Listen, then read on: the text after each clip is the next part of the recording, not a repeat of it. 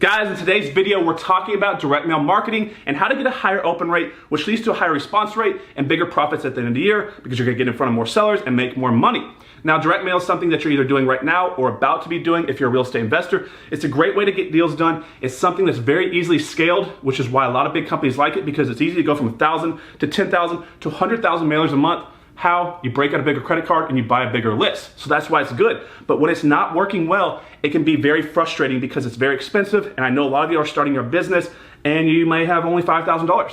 What happens if you send out that postcard campaign and you don't get a response that you need to get a deal? You're out of business. So you have to be very careful in using direct mail, guys, and make sure you understand how to talk to sellers. Practice calling for sale by owners first, because if you're spending this much to get a lead, you want to be prepared to handle that lead. Know how to do your contracts, have gone out to some seller appointments before, have talked to sellers on the phone enough, because you don't want to get into the game time situation, panic, and blow a deal because you're spending so much to get them.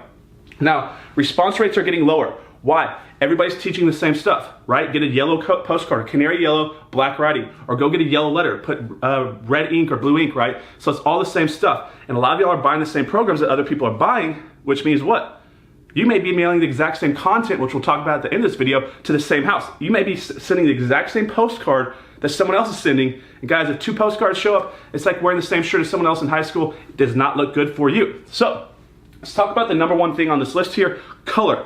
If y'all don't know what a split test is, we're gonna talk about what an A-B split test is. So you're gonna have 2 different postcards right now. So you wanna mail your normal canary yellow postcard, black and yellow, right? And then over here, take the exact same content, don't change a word, same thing, everything, same design, except you're gonna change the color. Split test it. You're gonna mail 1,000 to this house, or 1,000 to this neighborhood, and 1,000 to this neighborhood, and you're gonna track the response rate. So if this one performs at, 10 times as many touches, or 10 times as many responses as this one does, you know you're getting a high response rate, so now you can take this one and mail this one more often and split test this one against another color, and eventually you're gonna find out which one's producing the highest response rate. Right now, I know a lot of big companies are doing a lot of different things when it comes to the color of their marketing. Some of them are doing black and silver, some are doing neon pink, some of them are doing blue, green, guys. Mix it up, stand out, because what happens is they get over the trash can, they're looking through real quick, they're seeing the same old thing, yellow postcard, yellow letter, invitation style letter card, guys, all the same stuff, but if you have some bright pink postcard, it may increase your chance of getting open. So, second thing, guys, is handwriting, right? You wanna handwrite the outside of your letter.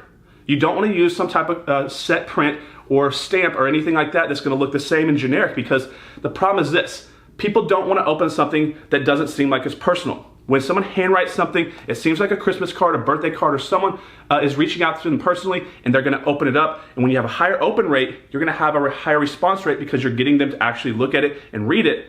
And a higher response rate means a higher close rate, which means more money in your business. Now, number 3, guys, let's talk about stickers. Stickers are a great way to get a higher open rate.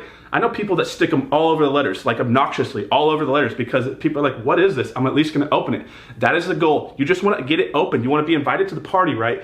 You have to get them to open it. Most commonly, people take a sticker and put it on the back side of the envelope, and that's how they lock their envelope instead of basically licking it and closing it down, guys, because people are gonna look at something that's a little bit different. You can put some on the front, on the back, but guys, make your letters stand out from everybody else's, and you're gonna create curiosity, and you're gonna get a higher open rate. So, exterior stamps. Now, this is something that we do in my business that I'm gonna share with you that not many people do and not many people talk about, and this has helped us out quite a bit. Now, if you go to something like GotPrint or VistaPrint, you can create any type of text that you want. And some of them will allow you to do a symbol. You can actually take a stamp and literally buy a stamp pad, like an old school ink stamp pad, create a stamper, and you can create some type of keyword on there, something that's gonna stand out, something like says, I have cash for you right now for your house. I wanna buy your house right now. Something that's gonna stand out, a bright color, and you're gonna stamp it on the front and stamp it on the back, and every letter that you send out, you're gonna have that stamp on there. It's gonna increase your chances because they're gonna look at it, they're flipping through over the trash can, and they're gonna see that stamp, and it's gonna basically bring curiosity, and they're gonna wanna find out what's inside. The last thing, guys, this is very good, an inside item.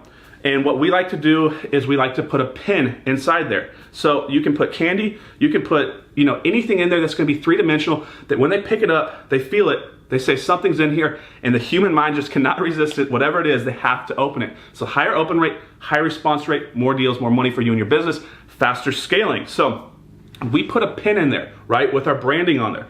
What do people do with a pin? They don't throw it away. They put it in their pen drawer, they put it in their pen box, and later, when they run out of ink on the pen that they're using, they open up that drawer, and even if they're using that pen or not, they're gonna see it. And if they go to sell their house, they're gonna remember, oh yeah, I have that We Buy Houses pen in my box. So you basically have a one-touch marking that's gonna stay in that house for a very, very long time, which is why I like this type of strategy. And the last thing you guys can do is this. Remember, always use better content.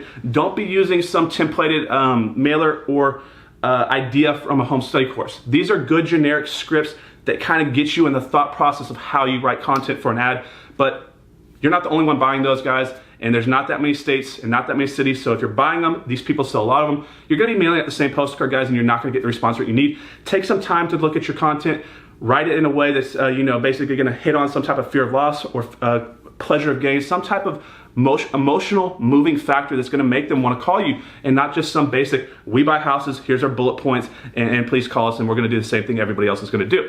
So think about your content, guys, and as you know, I don't push content as being a very, very strong factor as far as high conversion rates, because I think volume is the main way out of a marketing problem, but not all of y'all have a lot of money, so you can't just volume your way out of it because you don't have enough money to do so, and I understand that.